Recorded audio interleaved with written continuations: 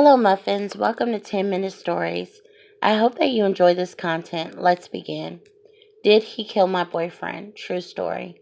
Mom would have killed me. I was on a bus 20 minutes outside of our little suburb city going to meet Amber. She was my friend Keem's girlfriend. I knew that she only wanted to meet me to size me up and put a face to who Keem was claiming as a sister.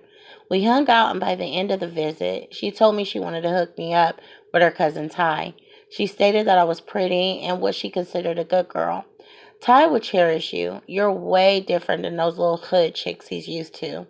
I was only 16 and could hear my mom screaming to the top of her lungs after finding out I had a boyfriend who, by the sound of it, was on the rough side. I figured Amber tried to match us because she couldn't stand the thought of Keem having a single best female friend around him.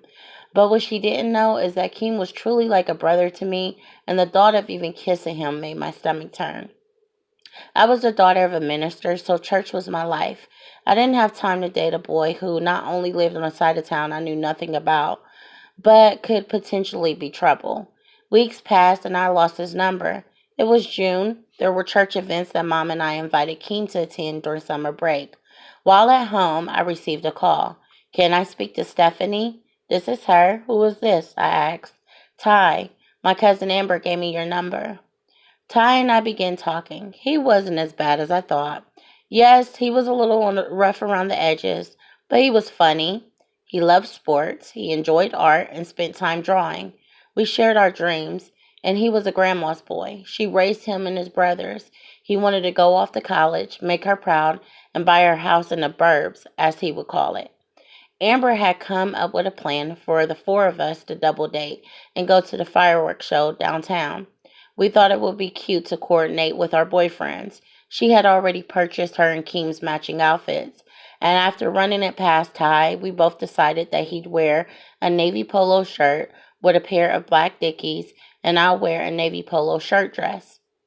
It was July 1st, the day that Ty and I would go shopping together and meet each other for the first time face to face. Our plan was to meet at his friend Sante's house. Sante lived at the end of his grandmother's street. Knowing his grandmother wouldn't approve of him having a girl over, it seemed like a good plan to meet at Sante's. I dialed Ty's number and let him know that I just got on my first bus and had to catch another before heading his way. Ty answered, screaming in agony, "This hurts." What happened? I asked. I was shot. What? I thought it was some sick joke. He explained that he had been walking down the alley, coming back from the store, and an unknown man had pulled out a gun on him, attempting to rob him. He said that he raised his hands, and the guy shot him in the left hand. I was now standing at my second bus stop, worried about Ty. I was sure shopping was out of the question for the day, but I still wanted to check on him to see if everything was all right. While waiting for the bus, my stepsister had walked past. Asia wasn't blood to me, but she shared the same father as my two younger siblings. So we claimed each other.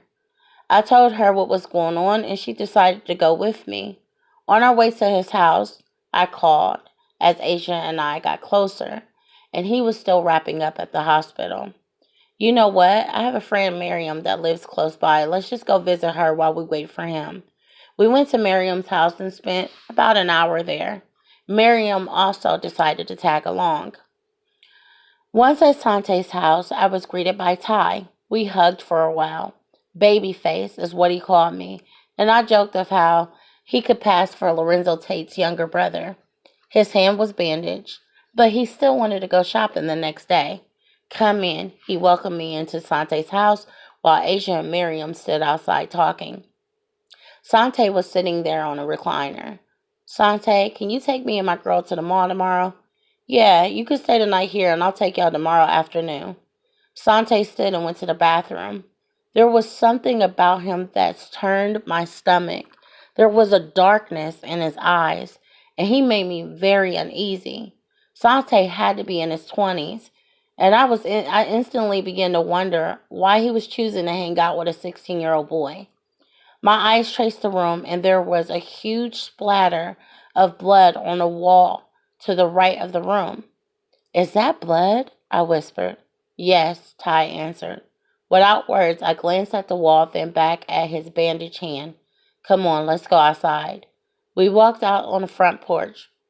Look, I was playing with Sante's gun and shot myself. I didn't want to tell the cops because the gun wasn't registered. I knew that this was a lie. Why wasn't the blood on the door, which would have been to the left of where Ty was sitting? Why was the blood on the wall behind him? Like someone had shot him. His hands being up was the only thing I believed out of the stories he told me. So you gonna stay tonight? No, my mom wouldn't approve. Maybe we'll skip out on shopping and just go to our double date without coordinating. We kissed and hugged, and I left. The next day I called Ty's phone and no answer.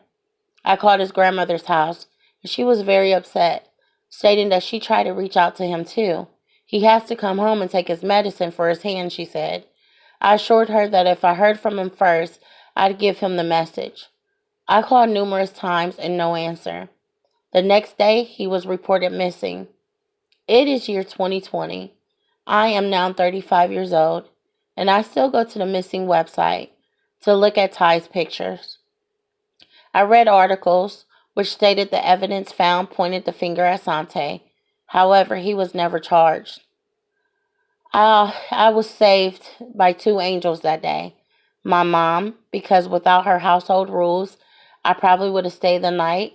And Asia, if she wouldn't have gone with me, no telling what would have happened. Without these two and God, I could have been missing too. Deep inside, I pray that Ty is walking in the sunset somewhere, but I always wonder if Sante killed him. The end, guys. I hope you enjoyed this content.